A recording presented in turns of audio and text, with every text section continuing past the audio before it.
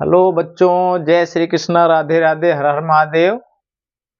आज की इस मज़ेदार वीडियो में आपको पढ़ाने वाले हैं बहुत ही बेहतरीन टॉपिक जो कि थैलेसोमिया के नाम से जाना जाता है।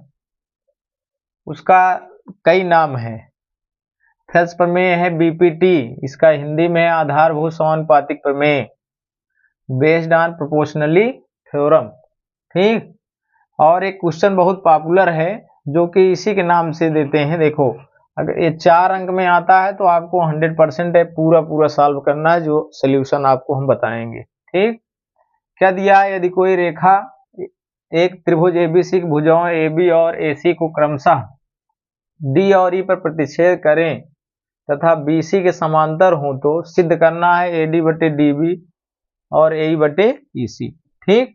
इसका एक प्रतिरूप और है, अभी सॉल्व कराते समय आपको हम बताएंगे। ठीक है, चलिए देखते हैं। बहुत ही सिंपल तरीके से इसको सिद्ध करवाएंगे और 4 नंबर में अक्सर करके पूछा जाता है। ठीक है, तो हमें जो दिया गया उसी अकॉर्डिंग चलेंगे।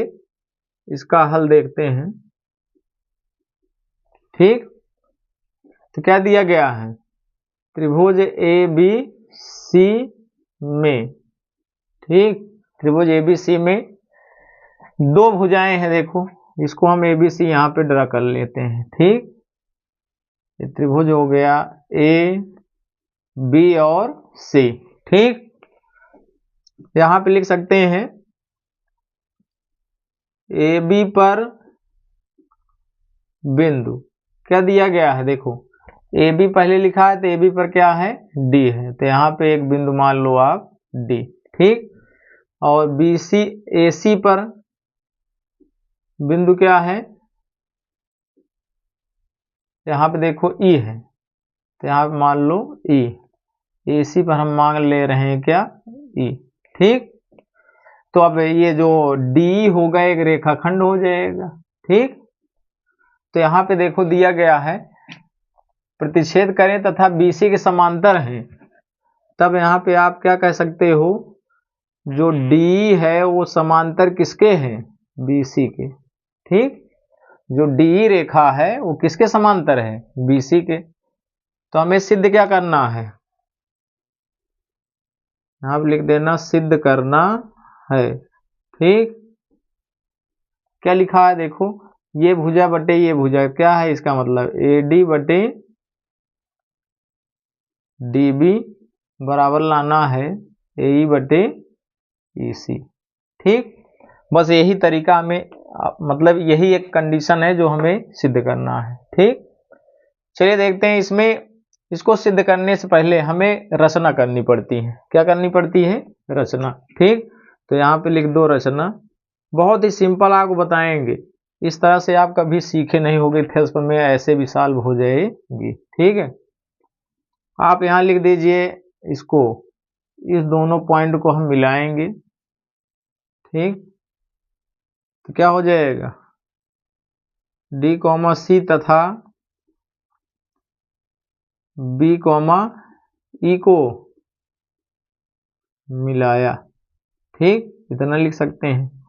और एक कंडीशन और, हम आज आपको एक लंब से आपको ये सिद्ध करवाएंगे। ठीक है, आप यहाँ पे EN क्या लिखोगे? EN लंब किस पर? AB पर डालना है। ठीक है, यहाँ पे लिखेंगे EN लंब AB। ठीक, तो लंब पड़ गया।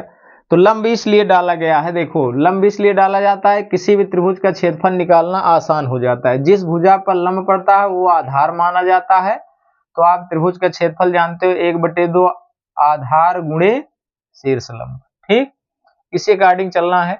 इसी पर लंब क्यों डाले हैं? देखो, AD बटे DB लाना है तो हमें इस त्रिभुज का यूज करना है और DB इसमें आ रहा है इस त्रिभुज का। ठीक है, दो ही त्रिभुज का यूज करके हमें चलना है। ठीक है, उससे पहले हम देख लेते हैं, एक प्रमेय होती है, इस दोनों क्षेत्रफल को कैसे बराबर किया जाता है। ठीक है, लिख लेना। एक ही आधार एवं एक ही समांतर रेखा के मध्य बने त्रिभुज के क्षेत्रफल क्या होते हैं? बराबर होते हैं, बराबर होते हैं। ठीक, इसका यूज इसलिए कर रहे हैं, अभी आपको लास्ट में समझ में आ जाएगा। ठीक है, बराबर होते हैं। देखो अब ये वाला देखो, जो जो त्रिभुज ऐड करना है जिसमें ये भुजा आनी चाहिए। देखो इस वाले त्रिभुज को देखो, इसका भी आधार क्या है? डी है। इस वाले त्रिभुज को देखेंगे तो इसमें भी आएगा डी। तो यहाँ पे जो क्षेत्रफल एरिया होता है इसलिए ए आर लिखा जाता है। ए आर त्रिभुज एरिया त्रिभुज क्या हो जाएगा? D B E, D B E बराबर लिख देंगे एरिया त्रिभुज, ध्यान दें डी बी ई, और यहाँ पे किसके बराबर हो जाएगा? ई सी डी के, ई सी डी।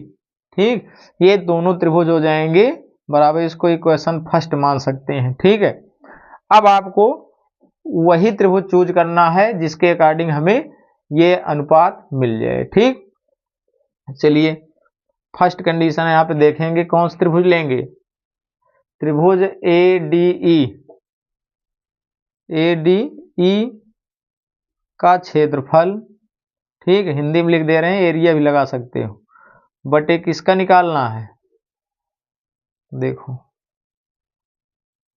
बटे त्रिभुज। अब इसमें चलते हैं, इसमें डी बी मिल जाएगा, इसमें ए डी मिल जाएगा, तो डी बी ई क्या लिखोगे? डी बी ई का क्षेत्रफल। ठीक, देखो कितना आसान है, किससे पता चला? ए डी और डी बी से। तो हमें कौन सा त्रिभुज ऐड करना है? ठीक, तो क्या हो जाएगा? 1/2। आधार कैसे पता करते हैं? जिस पर ये लंब डाला जाता है वही आधार होता है। तो क्या हो जाएगा? ए डी गुणे शीर्ष लंब ई एन हो जाएगा। ठीक, अपान करें 1/2। अब देखो आधार इसका, देखो इसी भुजा पे तो ये लंब है, तो आधार इस त्रिभुज में है, तो आधार ये अधिक कोण के लिए लंब आपका बाहर रहता है। ठीक है, अधिक कोण के लिए तो, लेकिन आधार यही वर्क करता है। तो क्या हो जाएगा? डी बी गुणे ई एन। ठीक, अब देखो 1/2 से 1/2 और ई एन से ई एन कट जाएगा, तो आपको क्या मिलेगा?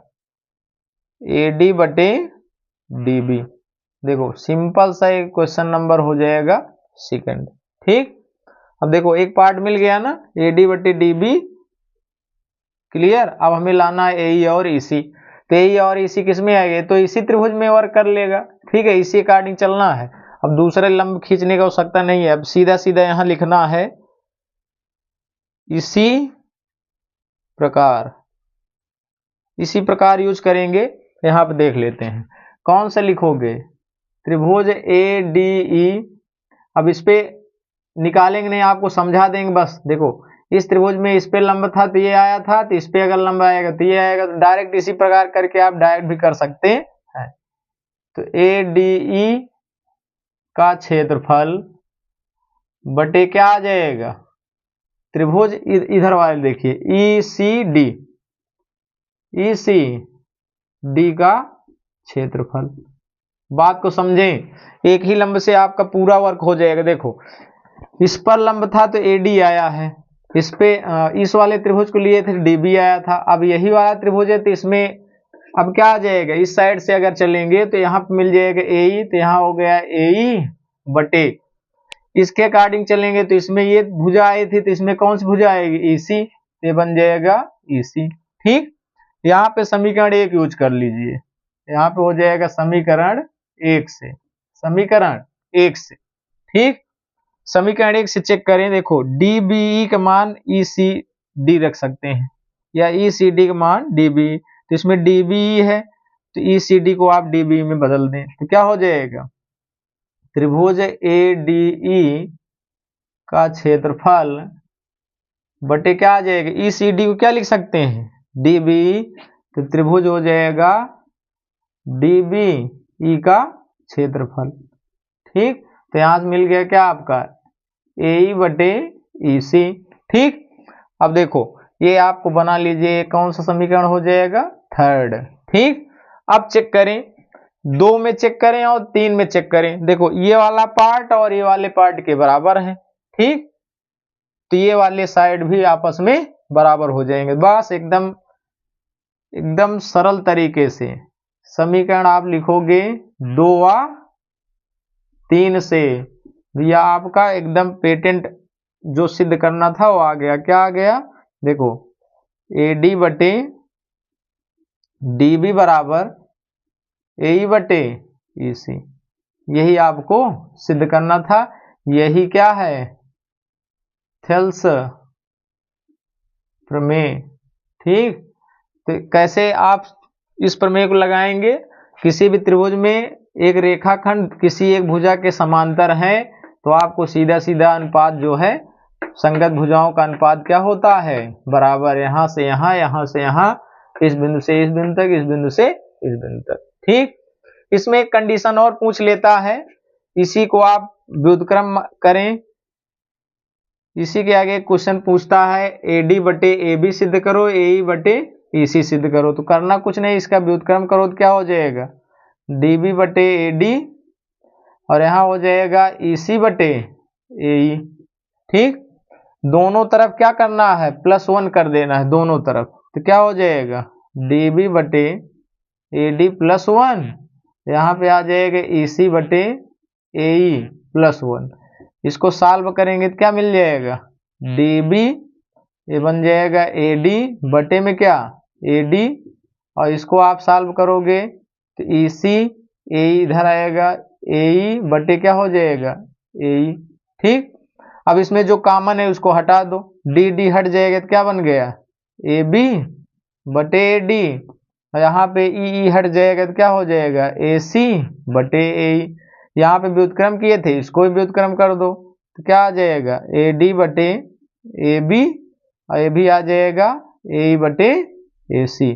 तो कभी कभी यहाँ तक भी आपसे पूछ लेता है। ठीक, जो यहाँ पे हमने लिखा ए डी बटे डी बी सिद्ध करना है वो आपसे पूछ सकता है ए डी बटे ए बी और ए ई बटे ए सी। ठीक है, बेहतरीन से बहुत ही बेसिक कॉन्सेप्ट यूज किया गया है। देखो एक कॉन्सेप्ट इसको याद रखना है आपको, बाकी जो है वही त्रिभुज यूज करना है जिसमें ये भुजाएं आए, बस इसी सहारे आप आसानी से कर सकते हैं। अब इससे आसान आपके बुक में भी नहीं मिलेगा, यही समझ लीजिए, किसी भी प्रकार के किसी भी सॉल्यूशन में आप इससे आसान नहीं देख सकते हैं। ठीक,